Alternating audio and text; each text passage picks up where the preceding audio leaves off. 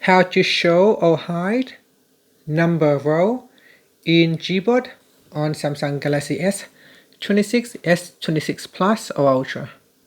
First, let's go back to the home screen. Then swipe down at the top and tap on the settings icon.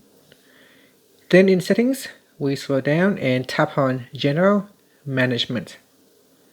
After that, we scroll down and tap on Gboard settings. Next, tap on Preferences. Then tap on Number Row. Tap on the toggle button to turn off or switch on number row for the keyboard.